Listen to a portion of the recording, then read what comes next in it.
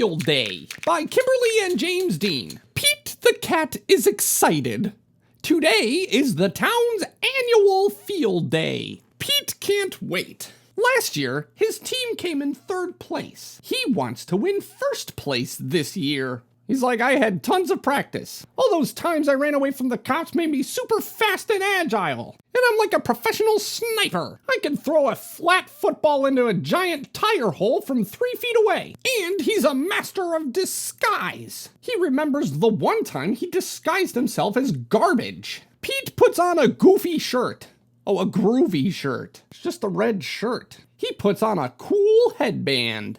And then he sniffs his armpits. Better put on some deodorant, Pete. Pete ties his red shoes. He is ready to go. You know, you might have a better chance winning the race if you wore shoes that fit. Look at the comparison. Here's your feet, and these are your shoes. It's like trying to pick up a donut with the toothpick. Pete, you can tie those things as tight as you want. Those little toothpicks are slipping out of those holes. Pete goes to the park. Oh, you're here.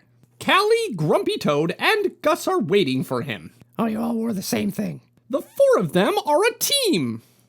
Hooray! Seems as if Gus is really in the team spirit. When he woke up, he dipped himself in tomato juice first. That would have been really unfortunate if you were picked on the blue team. Pete sees his competition. If he wants a medal, he will have to beat Alligator, Gippy, Turtle, and Marty. Oh, it's you again. I got my eye on you, monkey. What about these guys? Yeah, these guys back here don't matter. It's these 4 you gotta look out for. These guys just kind of showed up. They wanted a team of all cats, but they could only find 3. You got 3 good competitors, and then you got this broken peg right here. Wise Old Owl welcomes the teams. I thought Owl was their friend. He's an old owl? This morning, he tried to eat 2 bananas. Anyway, Pom Pom the Owl says, it is time for field day to start. First up is the Baton Relay. They all get their chalk in hand and are ready to go. And it looks like Alligator still hasn't gone to see his orthodontic. The teams take their places. Ready, set, groove! Pete runs to Callie. Callie grabs the baton and runs to Gus. This is riveting. Alligator runs to Marty. Marty passes the baton to Gippy. Marty doesn't even run. He just chucks it over to Gippy and it gets stuck in his eye. Run, Gippy. Gippy is very fast. She gives her baton to Turtle. More like Turtle just yanks it out of her eye and takes off. Turtle crosses the finish line ahead of Grumpy Toad. Turtle wins. Turtle's team wins. It's a relay. How did you not beat the Turtle? The guy's so slow. Every time he takes a step, he needs a new haircut. Jeez Moise. Look at this frog analyzing this chalk. He's like, if I hold it like this, my velocity will be increased. Yes, do say. Anyway, you lost. Good job. Pete's very disappointed in you now. Pete is frustrated. Told you. Look at him roll his eyes. My team stinks. He wants to win first prize, but his team was not fast enough. Pete will have to try harder. Yeah, I'll have to try harder. Clearly these slackers don't have what it takes. And look at those guys rubbing it in his face. They don't give a good gosh dang. Pete wants to win first prize. You're gonna have to win first prize. The 3-legged race is next. Pete knows he can win this time. He and Gus are a team. That doesn't seem fair. Look at the size difference between the alligator and the turtle. The alligator's gonna drag the turtle across the field. Same thing with the monkey. They're gonna be like, go! And then Gippy's gonna be dragged by the back, just like, oh my God! And the monkey's gonna be whoa, running across. Seems a little unfair. These guys are cheaters. Fireworks face over here says, ready, set, groove. Pete and Gus start to run. Pete thought it would be funny to give Gus an old kick in the back of the head. It looked like he wound up and just like, whasha, roundhouse. Suddenly they fall down. Oh no! Don't fall on your trumpet beak there, Gus.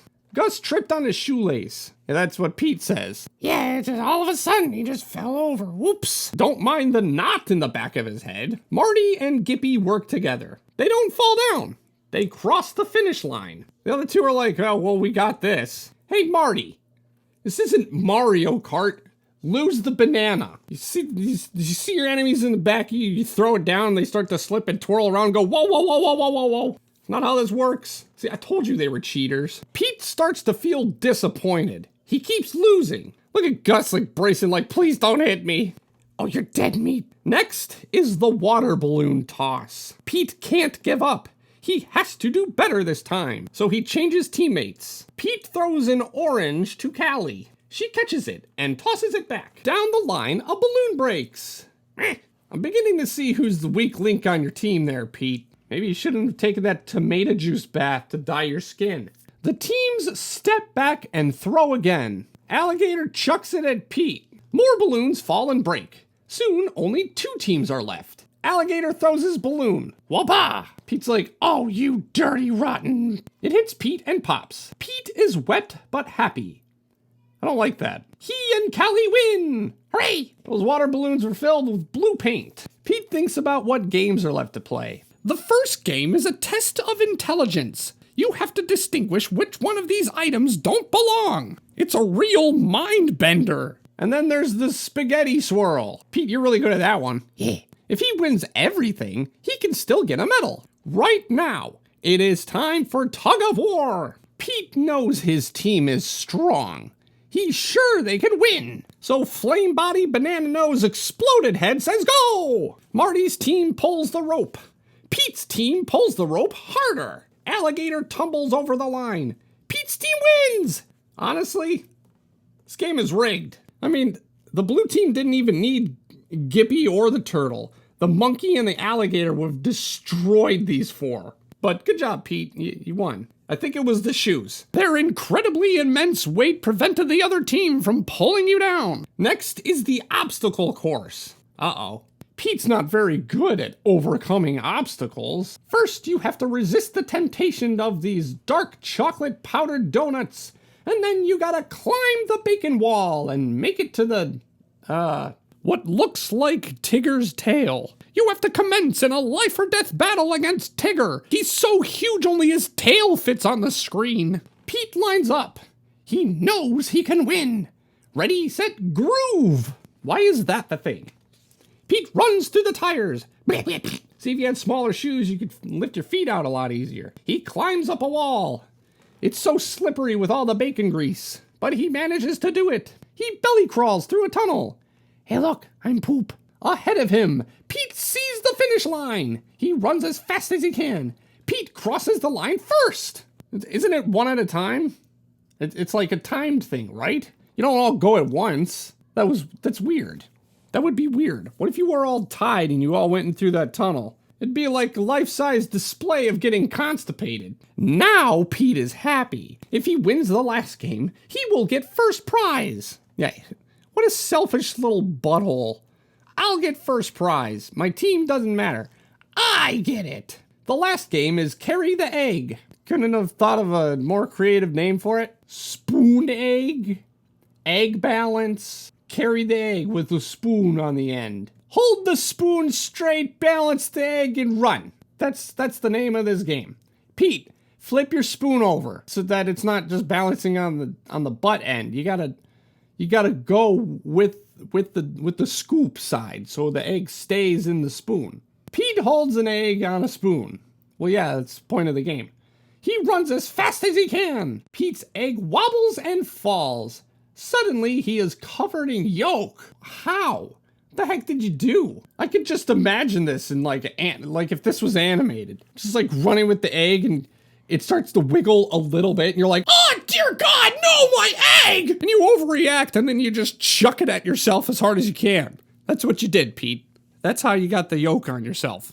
Oh man, that egg was filled with mustard. And look at Smash Face up there like, oh, you almost had it. Pete joins his friends on the medal stand.